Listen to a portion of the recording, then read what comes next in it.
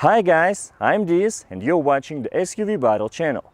In this video, we are going to be the first who compare the four-wheel drive system of the brand new Toyota Land Cruiser 300 with several rivals. Ford F-150 Raptor, Mercedes G63, Nissan Patrol, Land Rover Defender, Toyota Land Cruiser 200, and the long wheelbase Range Rover from the Clash of the Titans. Subscribe to the channel to not miss the next video where we will test the American SUVs such as Hummer H2, Cadillac Escalade, and the Jeep Grand Cherokee Trackhawk, though the last one is more about drag strip than dirt. Make yourself comfortable, we're kicking off.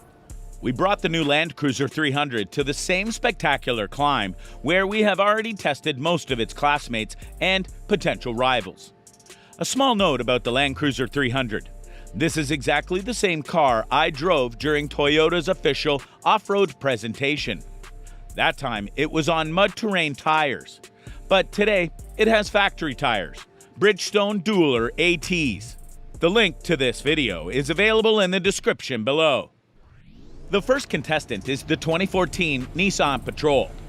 Unlike its premium cousin Infiniti QX80, the Patrol has a set of off-road attributes.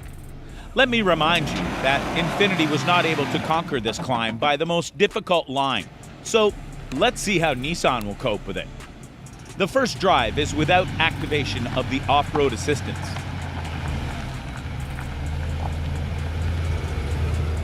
The car reaches the first diagonal suspension, slows down almost to a full stop, and actively slips with the suspended wheels. Look at the front left wheel. Well, it took a little time for the traction control system to engage. But when it got down to business, the Patrol continued climbing with its front wheel raised up high. The next obstacle. The front left and rear right wheels are hanging in the air. A slight wheel spin, and the Patrol rushes to the top, completing its drive. Now, let's activate the low range, switch to rock mode, and lock the rear differential.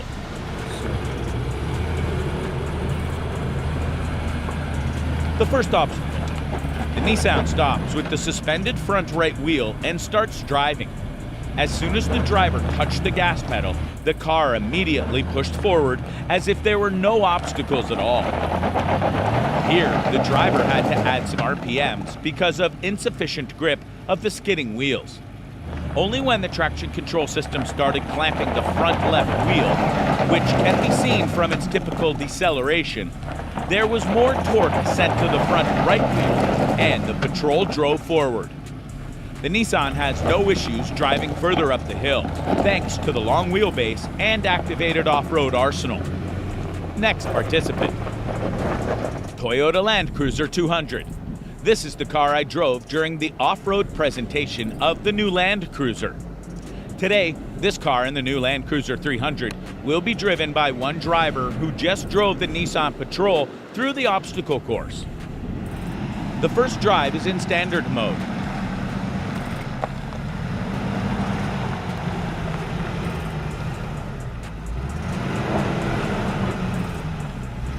The first stopping point? The rear left wheel is suspended, and the right one went deep into the wheel arc. The driver raised the revs, and the traction control system reacted immediately. It's clearly visible how the slipping wheels slow down, but this is not enough to continue driving. The traction control system cannot clamp the suspended wheels so that the loaded wheels could receive enough torque. That's why the Land Cruiser is standing still. It's time to activate the off-road arsenal. Lowered row, center lock, and rock and dirt mode. More gas. The wheel spin intensity went down. The Land Cruiser rolls back a little, and with the front wheel lifted, it drives forward with the sounds of the braking system. The second obstacle and diagonal suspension again. The driver raises the revs, and after a slight slip, the car drives forward on three wheels. But at the next point, the LC200 has to stay longer. The loaded front wheel slips, and the heavily loaded right wheel stands still, twitching helplessly due to the lack of torque. The Toyota was able to continue driving only after the front wheels stood straight. I have already noticed this feature on different cars. The traction control system is most effective when the front wheels are in a straight position. Write in the comments if this is applicable to your car too. And do not forget to indicate the make and model of the car. Meanwhile, the Land Cruiser has finished its drive and we have the next participant. The newest Land Cruiser 300 with a 3.5-liter turbocharged gasoline V6. Unlike the Land Cruiser 200, this car has stock tires and a limited slip differential in the rear axle. The LC300 starts in standard drive mode.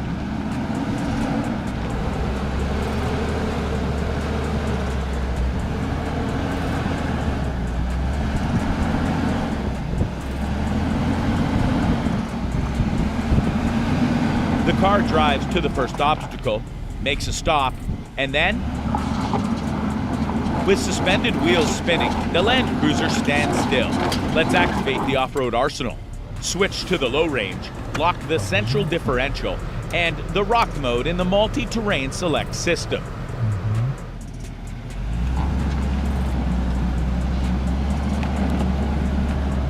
The Toyota immediately started driving forward with almost no wheel spin. The front right wheel went up high, and the rear left wheel reached its maximum travel. Even after stopping and standing on only 3 wheels, the new Land Cruiser continued to drive confidently. After stopping at the second point, the LC300 easily pushes further without any hint of idle wheel rotation. The car stopped at the third obstacle, and the driver set the front wheels straight. So, we won't know if the new Land Cruiser would be able to continue driving with the wheels turned, which the LC200 couldn't do. But even without this, it is clearly visible that the Land Cruiser 300 passed all the tests better than its predecessor. The next in line is a long wheelbase Range Rover with a supercharged 5-liter V8. The car has a low profile, absolutely non-off-road tires, and in the first race, by tradition, the standard mode and the air suspension is raised to the upper position.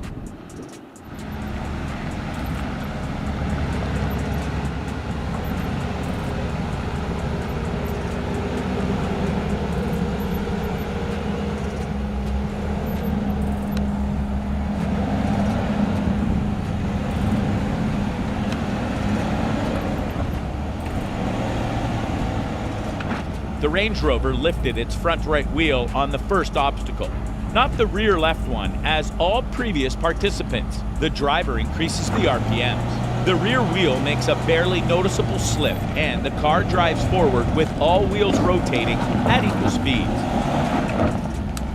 The Range Rover stopped at the second point, and then we saw something new. A brief rotation of the suspended wheel, and further confident driving forward. But the third obstacle required significantly higher engine RPMs. But the overall result is the same.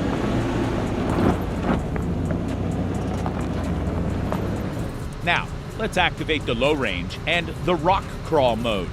Let's see how this affects the performance of the Range Rover. Unfortunately, the engine sound can't be heard because of the strong wind.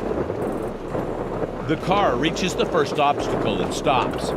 Then, with even less wheel spin than it was in the previous attempt, the Range Rover continues the ascent.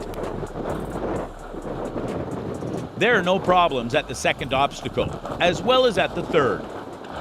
The unloaded wheels don't make any idle rotations when the Range Rover resumes driving after short stops. Excellent result. The next participant is the Land Rover Defender with a gasoline 3-liter turbo engine. Unlike the previous participant, the Defender has stock off-road worthy Goodyear Adventure tires. The air suspension is in top position.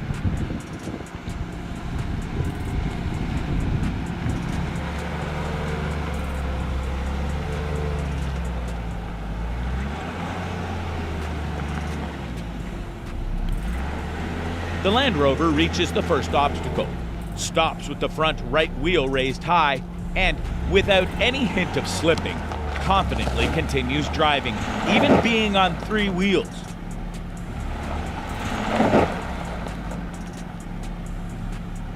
At the second obstacle, the left front wheel came off the ground. A barely noticeable wheel spin, and the Defender drove on. The Land Rover drifted a little at the third obstacle due to small rocks under the wheels, but this almost did not affect the result. Now, let's watch how it drives with off-road assistance. The gearbox is in low range, and the rock crawl mode is on.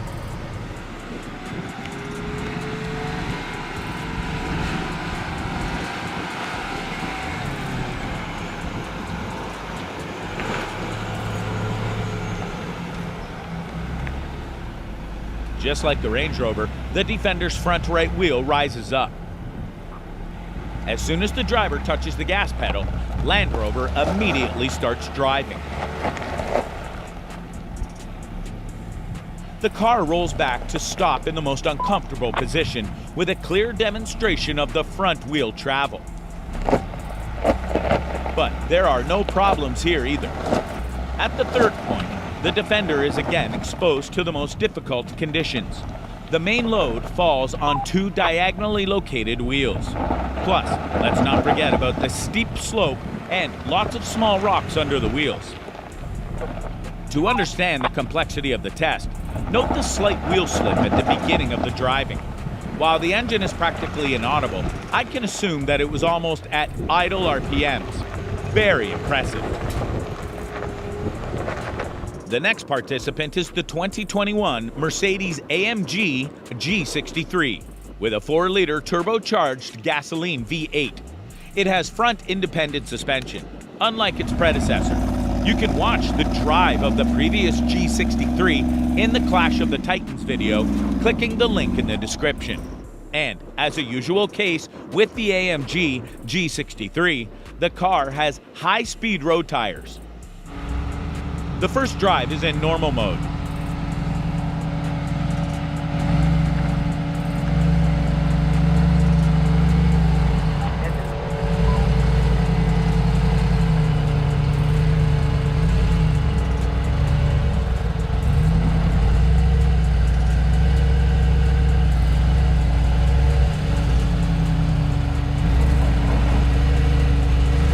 The G-Wagon has to slip a little to stop at the first obstacle.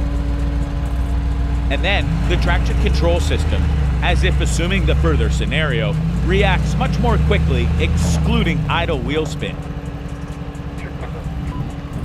The G63 rolls back a little to stop with the rear left wheel hanging. The driver steps on the gas, the unloaded wheels rotate a little, and the car drives on. The Mercedes rolls back again to stop at the most difficult position, standing on 2 wheels only. The driver steadily increases the RPMs. The wheels slip a little, and then the Mercedes confidently drives forward. The G-Wagon stops at the final obstacle, balancing on diagonally located wheels. Please keep in mind the rubble and road tires. The driver steps on the gas. The wheels slip a little, and then a familiar scenario. Not bad for the simple mode. Now, let's watch how this G-Wagon will pass these obstacles in maximum combat mode. The gearbox is in low range, and all 3 diffs are locked.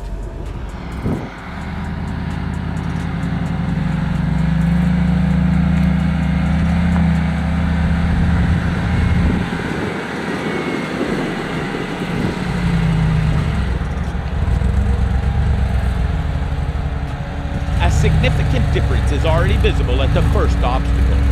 There's no more wheel spin when positioning the vehicle. Would it come as a surprise to anyone that the G-Wagon easily continued driving from this position?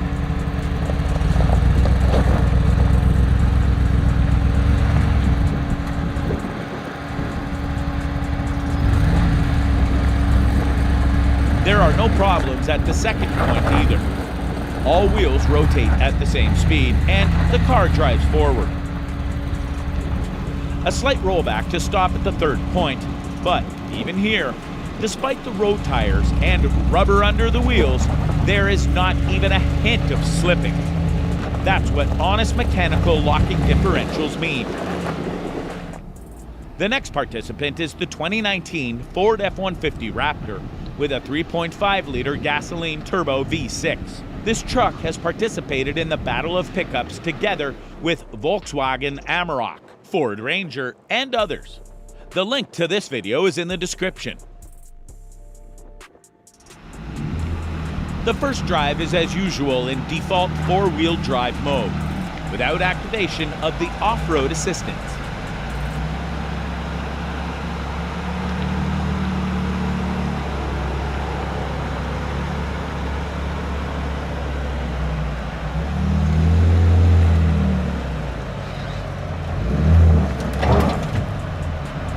The Ford drives to the first obstacle, but it slips a lot to arrive at the spot. Check out the impressive travel of the rear wheel. It went beyond the body, but still didn't reach the ground. The driver steps on the gas. The unloaded wheels slip a little, and the pickup drives further, reaching the second obstacle. Due to the design of the chassis, the Raptor doesn't even notice the diagonal suspension.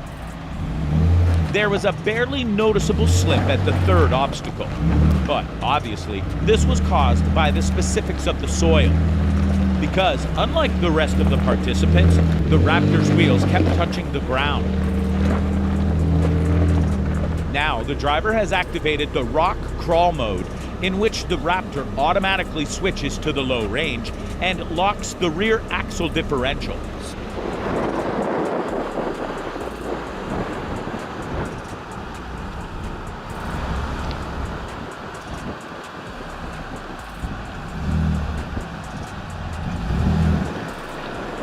During the previous drive, the Ford slipped here with the rear left wheel, and now there are no idle spins. Look how deep the rear right wheel goes into the arc. More gas and a slight rear axle drift, the Raptor drives forward, while the loaded front left wheel makes a slight slip with delay. Probably this delay caused the drift of the rear axle because the idle front wheel, instead of pulling the truck forward, served as an anchor. There is no point in commenting further, since even in normal mode, the Raptor showed excellent results on these obstacles. The drive was no exception. Before summarizing, let's go back to the main character of this video and let the TLC 300 drive the obstacle course once again. The climb may have become a little more difficult after attempts of all participants. The driver has activated the low range, locked the central differential, and selected the rock mode. The Toyota drives to the first obstacle.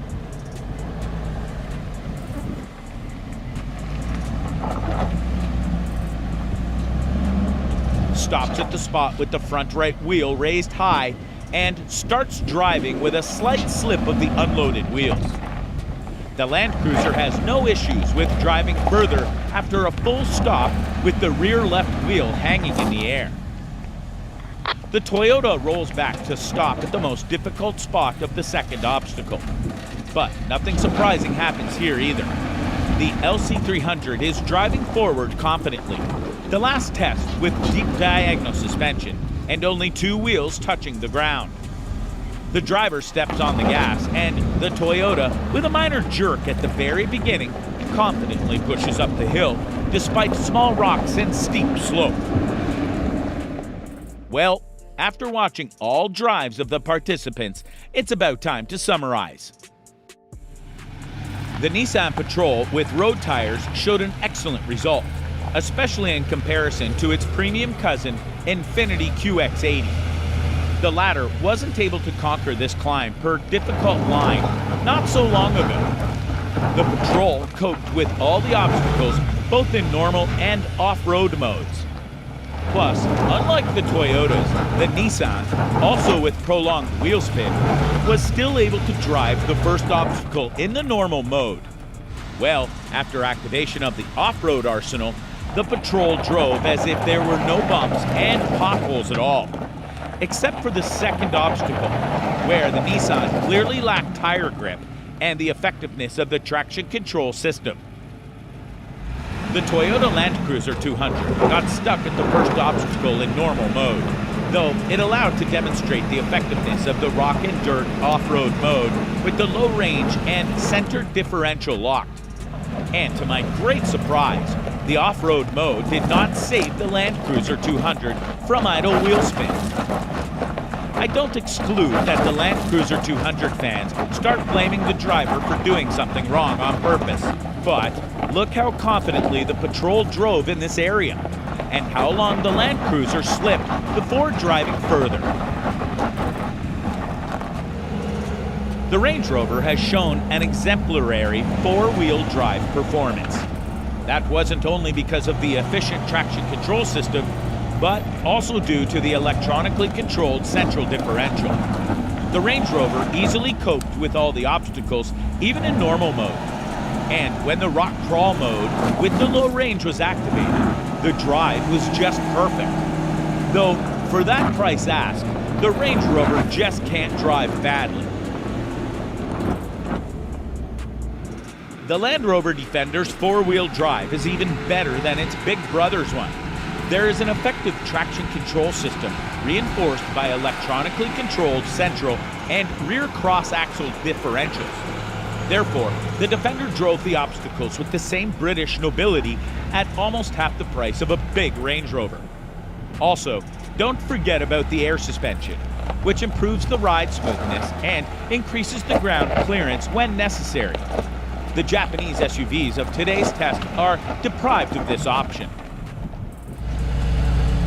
The Mercedes-AMG G63 surprised with prolonged wheel spin in normal mode, but it is neglectable because, firstly, the G63 was able to drive the entire obstacle course in normal mode, despite periodical idle rotations of the wheels.